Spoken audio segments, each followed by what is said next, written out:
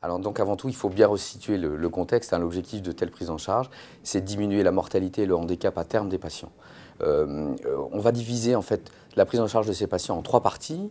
Une première partie qui vise à faire un diagnostic parce que la seule clinique ne nous permet pas de le faire et donc d'avoir une accessibilité extrêmement rapide à une imagerie diagnostique.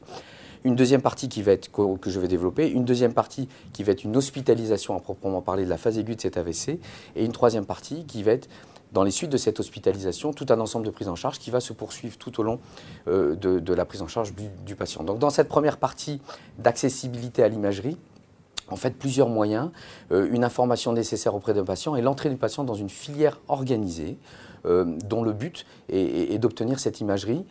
La filière idéale, certes, c'est d'appeler le 15, qui est le moyen le plus rapide d'obtenir cette accessibilité. La réalité est la suivante, seulement 50% des patients appellent le 15 dans ce contexte-là, et nous devons d'organiser des modes d'entrée sur cette filière qui puissent optimiser cette prise en charge.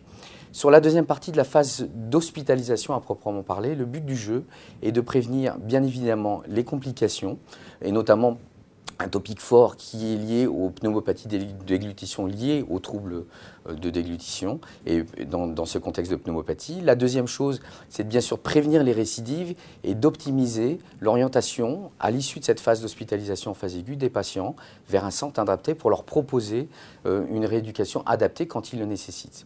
Et dans cette troisième phase, la prise en charge des patients va proposer en effet une rééducation adaptée, quel que soit le lieu de prise en charge de ces patients ou du lieu de vie. Et puis bien sûr, de mettre en place une politique de prévention secondaire par un suivi neurologique prolongé à 1 an et mettre en place une politique de contrôle de l'ensemble des facteurs de risque qui ont été à l'origine de l'accident vasculaire cérébral du patient.